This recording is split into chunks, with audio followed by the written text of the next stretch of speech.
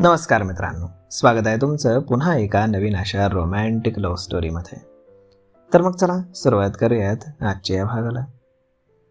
माईने ममताला घरी राहायला बोलावलं हे देवला अजिबात आवडलं नाही.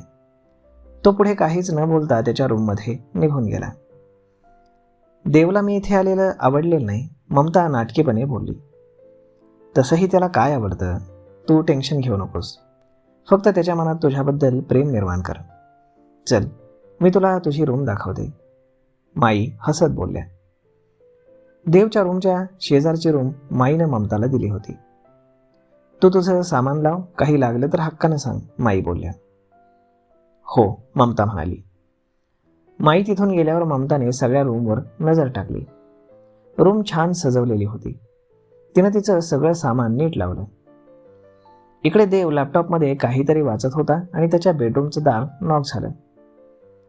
कम इन. ममता हळूच आत आली. तिला पाहून देव निर्विकार होता. आय एम सॉरी, मी तुला डिस्टर्ब केलं, मला तुझ्याशी बोलायचंय. हां बोल, तो पुन्हा लॅपटॉपमध्ये डोकं घालत बोलला. ममता त्याच्या बेडसमोर येऊन उभी राहिली आणि तिथे बसली, जे त्याला बिलकुल आवडलं नाही, परंतु यावेळी ती त्याची गेस्ट होती म्हणून तो काही बोलला नाही. देव, मला माहीत आहे मी इथे राहायला आले तुला आवडलेलं नाही. मम्मी पप्पा बाहेर गेलेत आणि आमच्या बाजूच्या फ्लॅटमध्ये चोरी झालेली तर तुला माहीतच आहे ना. मला एकट्याला राहायला भीती वाटत होती म्हणून मी काही दिवस हॉस्टेलवर राहणार होते, पण माईंनी फार आग्रह केला म्हणून आले इथे. बट यू डोंट वरी, मी उद्याच माझी दुसरीकडे व्यवस्था करेल. ममता असं म्हणून जाण्यासाठी उठली आणि तिने 2 पावलं पुढे टाकलीच होती की देवचा आवाज आला. तुझे आई बाबा परत येईपर्यंत तू राहू शकतेस इथे, देव शांतपणे बोलला आणि ते ऐकून ममता खूपच खुश झाली. थँक्यू देव, थँक्यू व्हेरी मच, ती अगदी खुश होत बोलली. जाताना दार बंद कर, तो तिला न पाहता बोलला. हो. ती पुन्हा जाण्यासाठी वळाली आणि तिने दरवाजा बंद केला. देव, तुझ्या घरात तर मी आलेच आहे, काही दिवसांनी तुझ्या हृदयातही मीच असेल. ती मनातच हसत तिच्या रूममध्ये निघून गेली. इकडे सकाळी देव घाईघाईत हॉस्पिटलला निघाला. देव, अरे कुठे निघालायस? माई बोलली. हॉस्पिटलमध्ये. नाश्ता न करता? इमर्जन्सी आली आहे, बाय. अरे थांब, असं न खाता घरातून बाहेर पडू नये. माई, हॉस्पिटलमध्ये कॅन्टीन आहे, मी तिथे खाईन. प्रश्न विचारून माझा वेळ वाया घालवू नको प्लीज, बाय. अरे थांब, ममताला तरी सोबत घेऊन जा. देवने कपाळावरती आठ्या पाडून माईंकडे पाहिलं. अरे एकाच हॉस्पिटलमध्ये काम करता, मग वेगळं वेगळं जाण्यापेक्षा एकत्र जा ना. माई, मला इमर्जन्सी आहे आणि ममता काही लहान नाही आहे, तिच्याकडे गाडी आहे आणि हॉस्पिटलचा रस्ता तिला माहीत आहे, ती येईल. तेच तर, तिची गाडी खराब झाली आहे आणि दोघेही एकाच गाडीने गेलात तर पेट्रोल वाचेल आणि थोडं एअर पोल्युशन पण कमी होईल. तेवढीच मुंबईकरांना शुद्ध हवा मिळेल, माई डोळे मिचकावत बोलली. माई, तुला असं वाटत नाही का तुझं जरा अतिच होतंय? देव चिडत बोलला. हो का? पण मला तर तसं अजिबात वाटत नाही, माई नाटकीपणे बोलल्या आणि तितक्यात ममता तयार होऊन खाली आली. तो त्यांना रोखून पाहत होता. ही बघ, ममता पण आली, आता जा पटकन, उशीर होतोय ना, माई बोलली. मग देवनं हिचं काहीच होऊ शकत नाही या आविर्भावात तिच्याकडे पाहिलं आणि मान डोलावली आणि त्याच्या गाडीकडे निघाला. ममता, देवनं नाश्ता केलेला नाहीये, त्याला काहीतरी मागून दे. हो माई, ममता बोलली आणि देवच्या मागे गेली. ती देवसोबत गाडीत बसली. देव काहीही न बोलता शांतपणे गाडी चालवत होता आणि ती त्याच्याकडे पाहत पुढे पाहत होती. मला इथे स्टॉपवर सोडलं तरी चालेल, मी जाईल टॅक्सीनं, ममता अगदी भोळेपणाचा आव आणत बोलली. एकाच ठिकाणी जायचं ना, नो प्रॉब्लेम, देव निर्विकारपणे बोलला आणि ममता मनातच खुश झाली. खरंय देव, माईंचा शब्द टाळत नाही, ममता मनातच हसत बोलली. इकडे एअर इंडियाचं प्लेन मुंबईच्या भुईवरती उतरलं आणि त्यातून गाथा बाहेर आली. जवळपास 4 वर्षांनंतर ती आज मुंबईमध्ये परत येत होती. जुन्या आठवणींनी तिचे डोळे भरून आले, परंतु मनाशी केलेला निर्धार होता की भूतकाळ वर्तमानावरती हावी होऊ द्यायचा नाही. माया आणि समीरने तिच्या खांद्यावरती विश्वास ठेवला होता. आय एम फाईन, ती हलकसं हसत बोलली आणि बाहेर येऊन पाहणारे अश्रू तिने शिताफीनं आतमध्ये ढकलले. डोळ्यांवरती गॉगल चढवला आणि सगळ्यांसोबत ती एअरपोर्टच्या बाहेर आली. राजन गाडी घेऊन त्यांची वाट पाहत उभाच होता. गाथाला पाहून तर तो एकदम हँग झाला, कारण तिच्यामध्ये ती 4 वर्षांपूर्वीची अल्लड गाथा कुठेच दिसत नव्हती. तिच्या चालण्यात दिसण्यात फार मोठे बदल झाले होते. लांब कुरडे असणारे केस एकदम शॉर्ट, स्ट्रेट आणि एकदम स्टायलिश. गोरा रंग अजूनच पिंकिश झाला होता. शरीर एकदम प्रमाणबद्ध, हवं त्या ठिकाणी परफेक्ट भरलेलं होतं.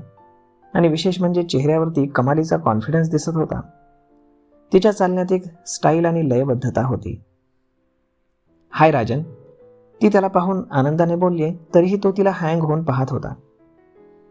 राजन, तिनं पुन्हा त्याच्या समोर हात फिरवला आणि राजन त्याच्या तंद्रीतनं बाहेर आला.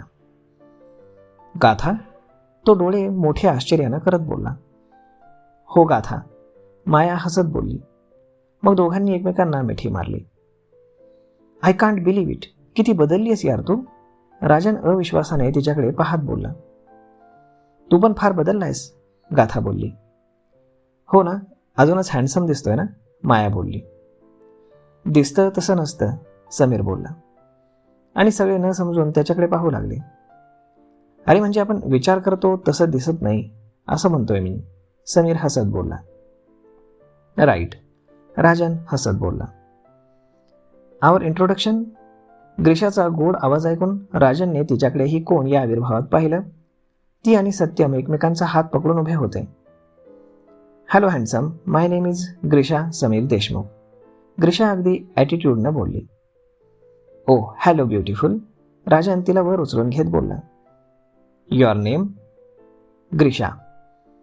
राजन, तो हसत बोलला. राज, ग्रीशा अगदी शॉर्टकट मारत बोलली. नॉट बॅड, राजन तिच्या गालावर किस करत बोलला. आणि मग सगळे हसू लागले.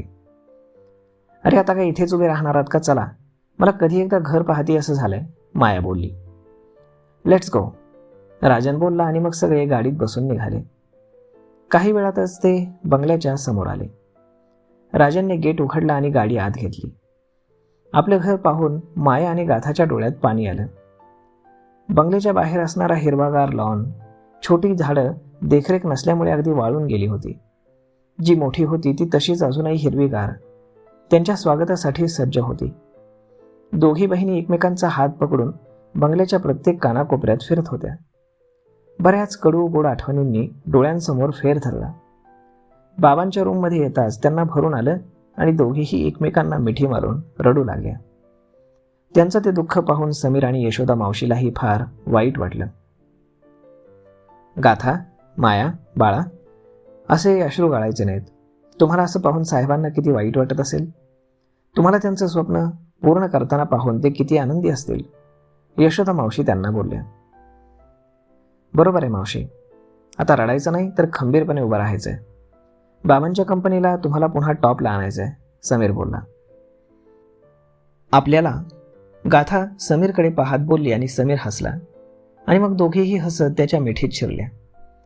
त्यांचा हा बॉन्ड पाहून राजनचा इकडे नुसता जळफळाट होत होता, कारण त्याचं तर त्यांनी साधं नावही घेतलं नव्हतं. इकडे ममता दोघांसाठी लंच घेऊन त्याच्या केबिनमध्ये आली. सकाळपासून तो इतका बिझी होता की त्याला नाश्ता करायलाही वेळ मिळाला नव्हता. देव, चल लंच करू. तर देव विचित्र नजरेनं तिच्याकडे पाहत होता. उपाशी असल्यानं आधीच थोडा चिडल्यासारखा तो दिसत होता. त्यात तिनं अजून भर घातली होती. माईंचा 2दा फोन येऊन गेला म्हणून लंच इथे आणलाय, ती त्याच्या चेहऱ्यावरील हावभाव पाहत बोलली.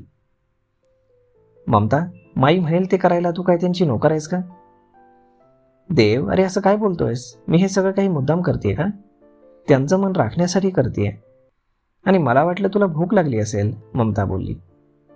थँक्यू, बट पुन्हा माझ्यासाठी हे करू नकोस, देव बोलला.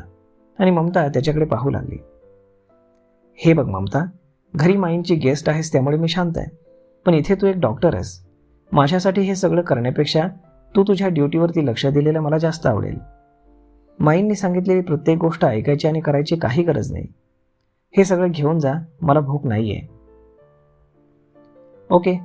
ममताला त्याच्या बोलण्याचा खूप राग आला होता, परंतु तसं न दाखवता ती निघून गेली. इकडे देव चेअरला रेलून बसला आणि त्याने डोळे घट्ट मिटले. तर मग मित्रांनो, हा व्हिडिओ आज आपण इथेच थांबूयात, परंतु तुम्हाला आजचा हा भाग, ही लव्ह स्टोरी कशी वाटली हे तुम्ही आम्हाला कमेंट करून नक्कीच सांगा. आणि जर आवडली असेल तर आपल्या जवळच्या मित्रमंडळींसोबत देखील हा व्हिडिओ तुम्ही शेअर करायला विसरू नका. धन्यवाद.